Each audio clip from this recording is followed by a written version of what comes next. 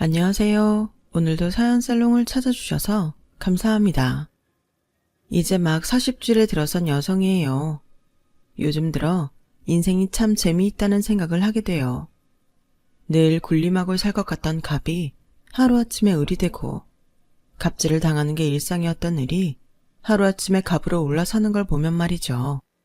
결혼과 동시에 저는 시댁에서 철저한 을이었어요. 슈퍼갑이었던 시어머니는 상대적으로 형편이 어려웠던 제 친정을 씹는 재미로 사시는 분이었죠. 그렇다고 제 남편이 흔히들 말하는 사자 직업을 가진 사람도 아니었어요.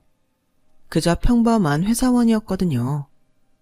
그런데도 시어머니는 마치 남들한테 없는 귀한 아들을 혼자 가진 사람처럼 그렇게 유세를 떨며 저를 괴롭혔어요.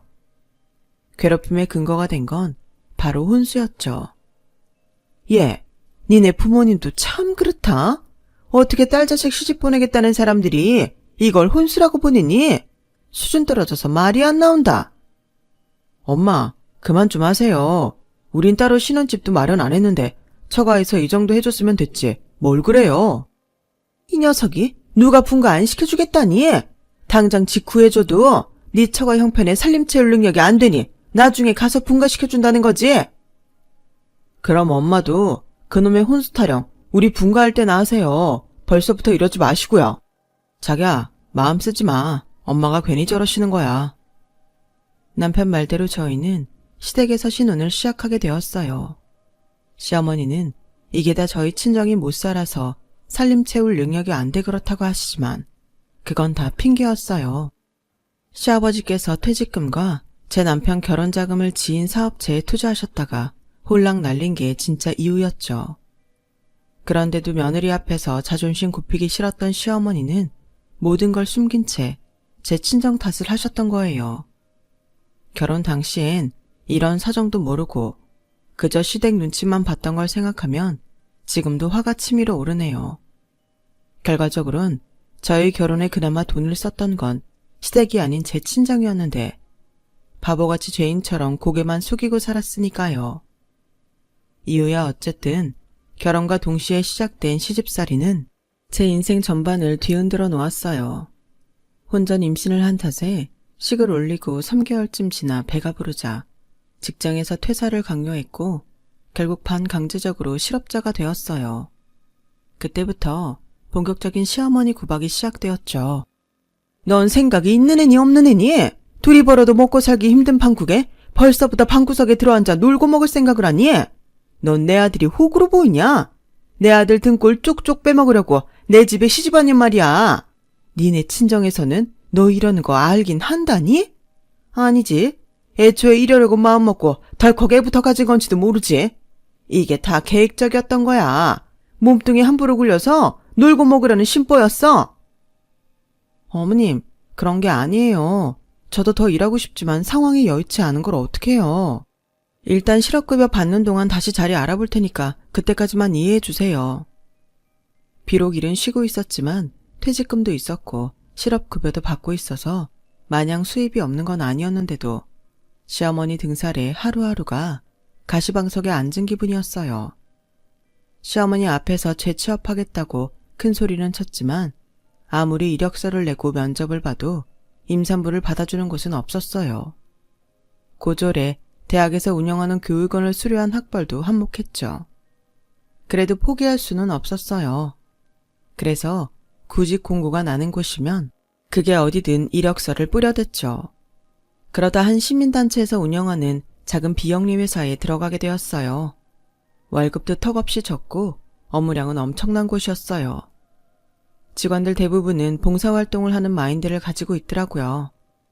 월급만 본다면 그 말이 틀린 것 같지도 않았어요. 전에 다니던 직장 월급의 60% 수준이었거든요. 업무량은 더 많은데 말이죠. 알다시피 여기는 비영리 단체라서 영수증 처리를 정말 꼼꼼히 해주셔야 돼요. 가급적 지출을 줄여야 해서 따로 청소해 주시는 분이 없으니까 아침에 출근하면 각자 쓰는 사무실 청소도 해야 하고요. 화장실 청소는 돌아가면서 분담하고 있습니다. 그리고 자기 업무 외에도 상황에 따라 타 부서 지원도 해주셔야 되는데 받는 거에 비해 일이 많죠. 대부분이 봉사활동으로 시작해서 여기에 정착한 사람들이라 딱히 불만들은 없는데 정원 씨처럼 이쪽에 처음 발을 들이는 분들은 못 참고 금방 나가시더라고요. 출근하고 다음날 그만두겠다고 하신 분들도 있어요. 인상 좋은 과장님의 솔직한 설명에 처음엔 이거 잘못 들어온 거 아닌가? 덜컥 겁이 나더라고요. 말만 들어서는 악덕 기업 저리 가라였으니까요. 그런데 막상 일을 해보니까 이럴 수밖에 없는 사정이 이해가 가더라고요.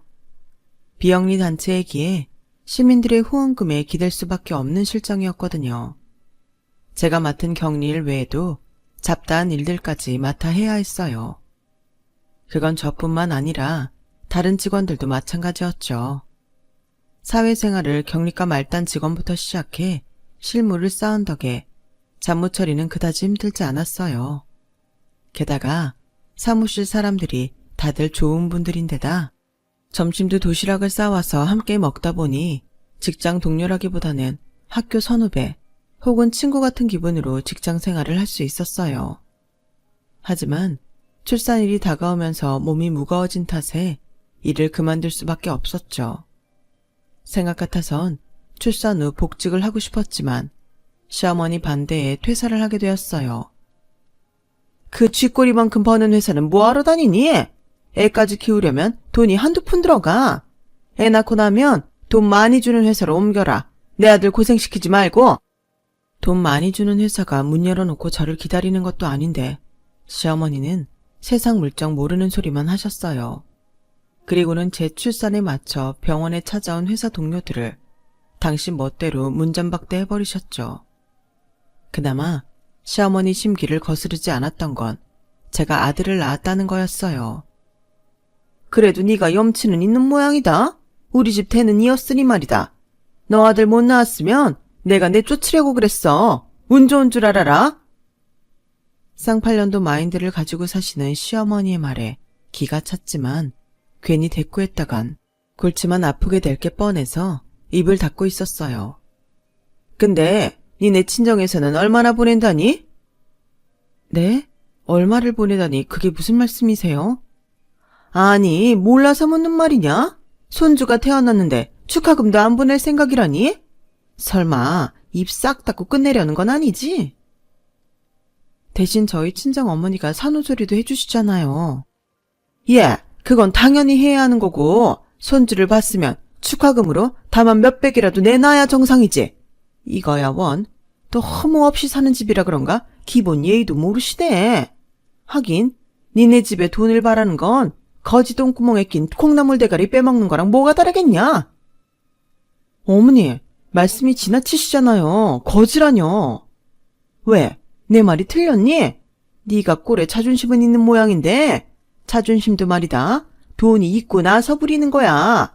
돈 없는 사람들은 자존심 부릴 게 아니라 상대방 비위 맞추는 거에 신경 써야 하는 거라고. 어떻게 된 게 애가 하나부터 10까지 다 가르쳐야 되니? 아, 그만하자. 너랑 말 섞으면 내 골이 징징거려. 말이 통해야 말을 하지.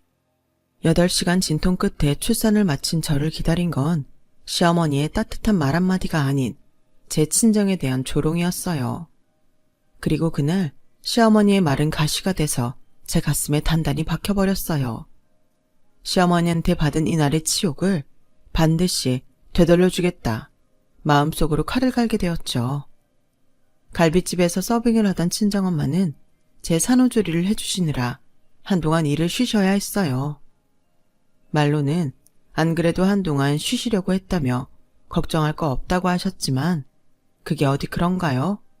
하루 벌어 하루 사는 처지인 걸 다 아는데 한 달 가까운 기간 동안 벌이가 없는데 그게 어떻게 별일이 아니겠어요. 그래서 결혼하면서 회사 그만둘 때 받았던 퇴직금 남은 거에서 얼마를 떼어 친정엄마한테 드렸어요. 남편도 그러라고 하더라고요. 엄마는 한사코 마다하셨지만 억지로 떠안기고 나왔죠. 친정에서 산후조리를 마치고 시댁으로 돌아왔는데 현관에 들어서는 순간부터 숨이 턱 막히더라고요.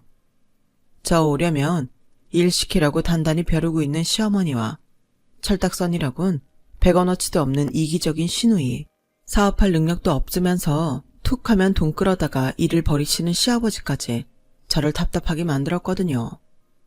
말로는 집에 들어앉을 생각 말고 얼른 취직해 돈 벌어오라고 하면서도 육아에 집안일까지 고스란히 저한테 떠넘기는 시어머니를 보니 없던 병도 생길 지경이었어요. 남편은 남편대로 가장의 무게에 눌려 투자까지 뛰고 있어서 제게 신경 써줄 여유가 없었어요. 그러는 사이 저는 산후 우울증을 앓게 되었고 시어머니의 독설은 늘어만 갔어요. 남들 다 낳는 애 하나 낳았다고 네가 뭐라도 되는 줄 착각하는 모양인데 웃기지 좀 말아라. 난 둘이나 낳았지만 너처럼 유난 떨지 않았어. 산후 우울증? 그게 다 집구석에서 하는 일 없이 빈둥거리니까 잡생각이 많아져서 생기는 거야. 바쁘게 일을 해봐라. 우울증 따위 걸릴 틈이 있나? 어머님, 제발 좀 그만하세요. 저 집에서 놀고 있는 거 아니에요. 애 키우랴, 대가족 살림 도맡아 하랴 24시간이 모자랄 판이라고요. 우리 애 먹이고 씻기고 식구들 하루 세끼 밥 챙기면서 청소매 빨래까지 다 하는 동안 누구 하나 저 안 도와주잖아요. 어머님이 언제 세탁기 한번 돌리신 적 있어요? 저 시집 오고부터는 손 하나 까딱 안 하시잖아요. 그뿐이에요. 아가씨는 자기 방 청소까지 저한테 떠넘겼잖아요. 세상 천지에 사회생활하는 시누이 방 청소까지 해주는 며느리가 어디 있어요? 몸이 편해서 병이 걸렸다고요? 어머님 보시기엔 제가 편한 걸로 보이세요? 저요, 하루 3시간도 겨우 자고 버티고 있어요. 그나마 그 3시간도 애 때문에 자다 깨다 한다고요. 저 정말 힘들어서 죽을 것 같아요. 애만 아니면 당장이라도 차도에 뛰어들고 싶은 심정이라고요. 지렁이도 밟히면 꿈틀댄다고 하는데 늘 구박만 받으려니 더는 못 견디겠더라고요. 그래서 온 가족이 다 앉아있는 저녁 식탁 앞에서 미친년처럼 고래고래 발악을 했어요. 그런 제 모습에 놀란 남편은 그제야 사태의 심각성을 깨달았는지 그날 밤 잠자리에서 그러더라고요. 우리 분가하자. 너 이러다가 제명에 못 살고 죽겠다. 그동안 당신 힘든 거 몰랐던 거 아닌데 내 몸이 피곤하니까 모른 척했던 거 사실이야. 근데 더는 안 되겠다. 너랑 행복해지려고 한 결혼이 오히려 널 죽이겠어. 다음날 남편은 아침밥을 먹으며 시부모님한테 분가를 하겠다고 말했어요. 남편이 결혼 전에 시어머니께 맡긴 결혼 자금을 돌려주십사 말씀드렸는데 돌아온 대답이 가관이었어요. 그거라면 네 아버지가 날려먹은 지 오래다. 너도 알지? 니들 결혼 전에 네 아버지가 후배 회사인가? 어디에 투자했다가 퇴직금 날린 거. 그때 네 돈도 같이 날아갔다. 탓하라고든 네 아버지를 탓하든가. 난 상관없는 일이다. 뻔뻔스러운 시어머니 말에 남편도 저도 할 말을 잃었어요. 사고를 친 아버님은 남의 집 불구경하듯 무심한 표정으로 식사만 하시더군요. 그러게 뭐하러 이제 와서 분가는 하겠다고 난리니? 아침 밥상머리에서 밥맛 떨어지게 시리? 이거 다 애미 네 머리에서 나온 생각이지? 네가 내 아들 흔들어서 분가 종료한 거 아니냐고. 어떻게 하는 짓거리가 이렇게 천박하고 제멋대로냐? 못 배운 티나기 시리. 어머니, 제발 좀 말 좀 가려하세요. 이 사람이 분가하자고 한 거 아니에요. 제가 그러자고 했어요. 어머님이 이러시니까 더더욱 함께 못 살겠다 싶었다고요. 그리고 상황이 이렇게 됐으면 저한테 말이라도 하셨어야죠. 언제까지 숨기려고 하신 거예요? 숨기긴 뭘 숨겨. 마음만 먹으면 전세든 월세든 그깟 신혼집 해줄 수도 있었어. 근데 어차피 분가시켜줘도 네 처가 온전히 혼수로도 장만해 왔겠니? 그러니 이게 다 네 처가가 돈 없는 죄 아니겠냐고. 시어머니는 이런 상황에서조차도 제 친정 탓으로 떠넘기려 하셨어요. 결국 남편은 그 길로 밥숟가락을 놓고 출근을 했고 며칠 뒤 은행에서 대출 상담을 했다고 알려주었어요. 은행에 가서 상담해보니까 당장 우리 형편에 전세보증금 마련할 능력은 안 되더라고. 그래서 말인데 월세로 시작해도 좋다면 분가할 수 있을 것 같아. 당신 생각은 어때? 난 월세든 뭐든 상관없어. 근데 정말 이렇게 분가해도 돼? 말했잖아. 난 너랑 행복하게 살려고 결혼한 거라고. 딴 거 생각 말고 우리만 생각하자. 그렇게 우리 부부는 아이와 함께 시댁을 나와 월세집에서 새로운 살림을 시작했어요. 아이가 첫돌이 지나고부터는 아이를 어린이집에 맡기고 저도 일을 시작했죠. 제가 새로 시작한 일은 보험 설계사였어요. 그 일을 택한 데는 여러 가지 이유가 있어요. 30 넘은 유부녀에 경력 단절녀인 저를 받아주는 회사가 없었고 업무 시간을 유동적으로 활용할 수 있는 직장이 필요했기 때문이었죠.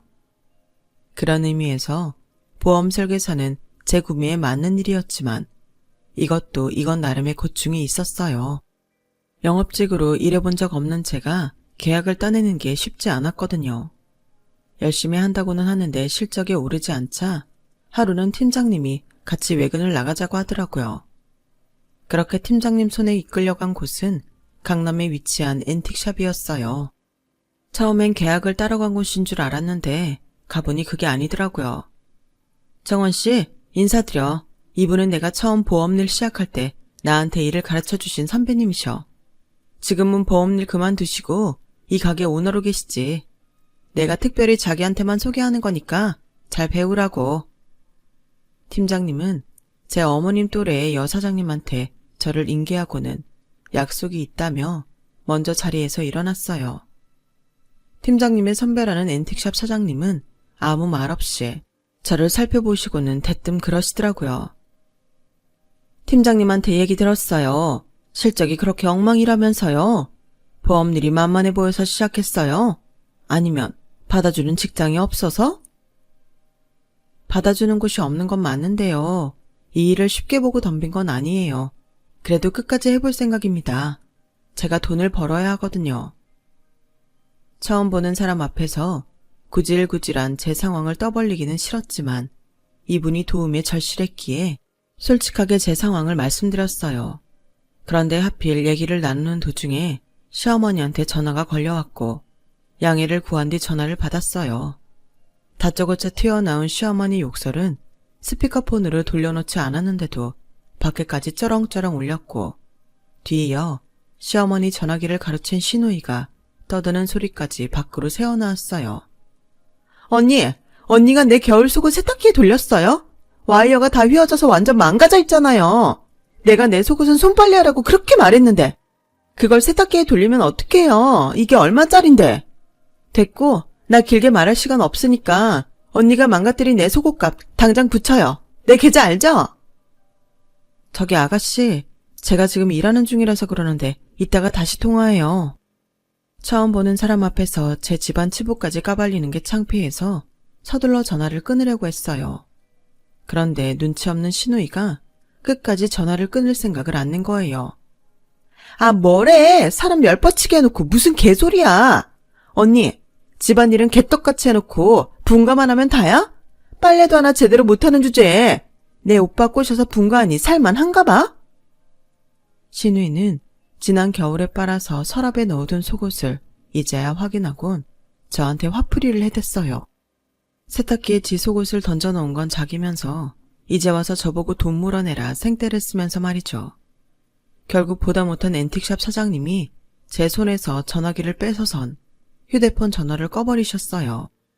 이딴 개소리를 뭐하러 듣고 있어요. 분가했다며 남편이 자기 살리겠다고 기껏 용기 내서 분가까지 해줬으면 자기도 편하는 모습을 보여야지. 언제까지 시댁 식구들한테 질질 끌려 살 거야. 내가 남의 일에 참견하는 건 안 좋아하는데 자기를 보니까 예전에 시집살이 하던 데가 떠올라서 참을 수가 없네. 나도 자기 못지않게 시댁 식구들한테 엄청 시달리며 살았거든. 보다 못한 초등학생이던 아들 녀석이 지 할머니한테 대드는 바람에 우리 모자가 시댁에서 쫓겨나지 않았다면 나도 여전히 자기처럼 살고 있었을 거야. 남편이랑 사별하고 애 하나 제대로 키우겠다고 시작한 게 보험일이었어. 그땐 사회적인 인식도 그렇고 보험사를 어디 대접이나 해줬나. 그냥 보험 아줌마라고 부르면서 이래저래 불러다가 실컷 부려먹곤 선심 쓰듯 상품 하나 들어주곤 했을 때니까. 그나마도 대납해달라 선물 안 주냐 어찌나 말들은 많은지 그렇게 뜯긴 돈이 수천이야. 그래도 내 새끼 기 안 죽이고 키우려면 별 수 있나. 죽어라 이 약 물고 뛰어다니며 영업하는 수밖에. 그 덕에 보험왕도 몇 번 하고 아들 녀석도 의대 졸업시켰으니 성공한 셈이지.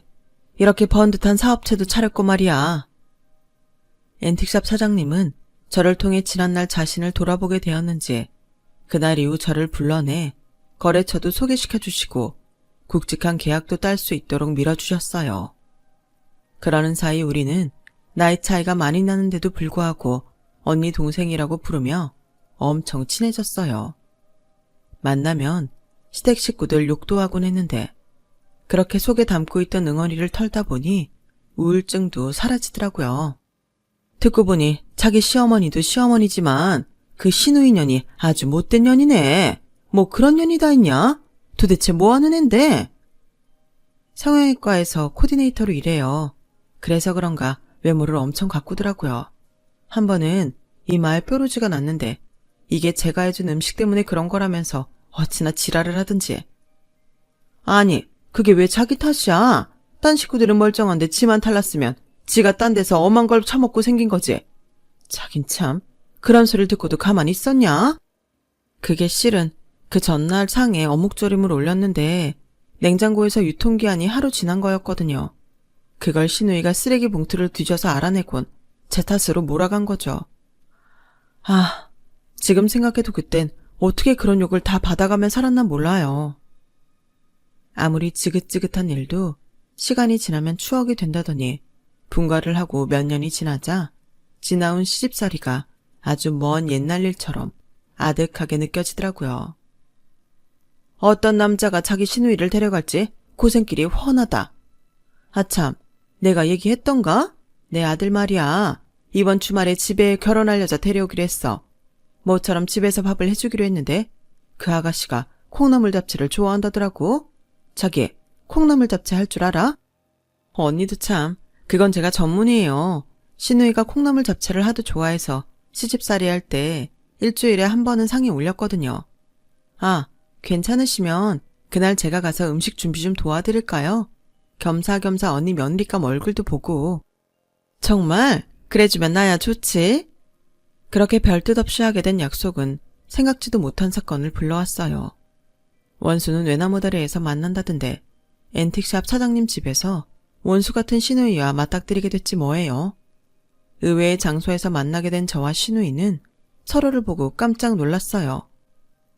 언니가 여긴 왜 있어요? 놀라다 못해 겁에 질린 시누이는 저랑 앤틱샵 사장님을 번갈아 보았어요. 그럼 아가씨야말로 여긴 어떻게? 혹시 오늘 인사 온다던 사람이 아가씨였어요? 그제야 상황 파악이 된 앤틱샵 사장님은 기가 막히다는 얼굴로 웃음을 터뜨렸어요. 세상 좁다 그러더니 정말 그러네. 이래서 최직구는 못 산다고 그러나 봐. 내 아들이 결혼 상대자로 데려온 여자가 정원씨 신우일 줄 누가 알았겠어? 아, 인사가 늦었네요. 나 지훈이 엄마예요. 이렇게 보게 될 줄은 몰랐는데 이걸 인연이라고 해야 하나 악연이라고 해야 하나? 잘 모르겠네요. 그간 저를 통해 시누이 얘기를 들어왔던 사장님은 가식적으로 연기를 하는 시누이를 보면서 시종일관 묘한 웃음을 지었어요. 그리고 얼마 뒤 시어머니와 시누이가 저희 집으로 찾아왔더라고요. 현관에 들어서자마자 빚 받으러 온 사람들처럼 저한테 쏘아대는데 기가 차더라고요. 너, 네 짓이지? 네가 그쪽에 뭐라고 했길래 결혼을 없던 걸로 하재? 말해봐라. 너 그 집 사람들한테 내 딸에 대해 뭐라고 짓거린 거야? 당장 말 못해. 뻔하지. 분명히 온갖 거짓말 보태서 내욕했을 거야. 그러지 않고선 오빠가 그렇게 냉정하게 돌아설 수가 없어. 언니 짓이니? 나 의사 남편 만나 결혼한 거 배 아파서 중간에서 이간질하는 거 맞잖아. 맞지? 아주 모녀가 쌍으로 달려드는데 예전 같았으면 그 기세에 눌려 찍소리도 못했을 거예요. 그런데 영업일을 하며 이런저런 사람을 상대하다 보니 이제는 이 사람들의 행패가 그저 우습게만 보이더라고요. 그래서 여유롭게 받아쳐줬어요. 거짓말은 아가씨가 했겠지. 집에서 하는 대로 그 남자한테 했으면 결혼 얘기조차 안 나왔을 테니까. 그리고 얼마나 신임을 못 받았으면 내 말 몇 마디에 결혼이 깨져. 그 말인즉 그쪽에서는 아가씨를 그리 깊게 생각하지 않았다는 반증 아니겠어? 그리고 거짓말을 보탤 정도나 돼? 아가씨 하는 꼴 있는 그대로만 말해줘도 100이면 100 돌아설 텐데. 안 그래? 그러니까 파혼당한 이유를 나한테서 찾지 말고 자기 자신에서 찾으라고. 나이가 몇인데 아직까지도 남 탓만 하고 살아? 어머님도 그래요.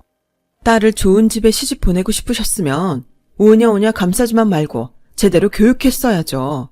서른이 넘도록 집반스한장 안 빨아입고 남의 손에 맡기는 애를 누가 좋아한답니까? 머리엔 똥만 가득 차 있는데 제정신 박힌 남자라면 어머님 딸을 데려가겠어요? 쉽게 입장 바꿔 생각하시면 되겠네요. 어머님이라면 어머님 딸 같은 며느리 반기시겠어요? 아니죠. 그럼 답 나온 거예요. 애초에 이 결혼은 될 일이 아니었다고요. 그러니 나한테서 파혼 이유 찾지 마시고 집에 돌아가 딸 교육이나 잘 시키세요. 서슬퍼렇게 달려들던 모녀는 방법을 바꿔 제게 사정을 했어요. 그쪽에 말 좀 잘해달라고요. 그런다고 바뀌는 게 없다는 걸 받아들일 생각이 없는 사람들 같더라고요. 됐어요. 전 그런 짓 안 하니까 두 분이 알아서 하세요. 저는 매몰차게 모녀를 내몰고는 문을 걸어 잠궜어요. 말은 그렇게 했지만 저 때문에 이 사단이 난 것 같아서 마음이 무겁더라고요. 그래서 앤틱샵 사장님한테 전화했더니 그러시네요. 자기도 알지? 내 아들이 나 시집살이 하면서 시댁 식구들한테 당하는 거 보고 자랐다는 거. 내가 자기 산 얘기했더니 아들 녀석이 그러더라. 사람은 고쳐 쓰는 거 아니라고. 자기 가족한테 그렇게 모질게 구는 사람이 결혼한다고 달라지겠냐고 말이야. 자기 때문이 아니라 내 아들이 싫대. 가정적인 여자인 줄 알고 결혼까지 생각했었는데 실망한 모양이야. 그러니까 자기 탓하지 말어. 오히려 나랑 내 아들한테 자기는 은인이니까. 결국 신우이는 남자와 헤어지게 되었고 그 후 병원 일도 그만두었어요. 한동안 시어머니와 신우이는 제 탓을 하며 이를 갈았어요. 하지만 더 이상 제가 자기들한테 당하기만 할 사람이 아니란 걸 깨닫고는 조용해지더라고요. 세상에는 여러 가지 복수가 많겠지만 내 손에 피 안 묻히고 하는 이런 복수야말로 제일 통쾌한 복수가 아닐까 생각해요. 이번 일을 계기로 제 인생도 되돌아보게 되네요. 나도 누군가에게 갑질을 하며 힘들게 한 적은 없는지 말이에요. 인생은 내가 선을 베풀면 복으로 돌아오고 내가 악을 행하면 독이 되어 돌아오는 법이니까요. 그래서 인생은 인간답게 잘 살아야 하는 모양입니다. 지금까지 제 사연을 들어주셔서 감사합니다. 들어주신 분들 항상 건강하세요. 여러분, 사연 댓글에 응원과 현명한 조언 부탁드려요. 좋아요와 구독은 저에게 큰 힘이 됩니다.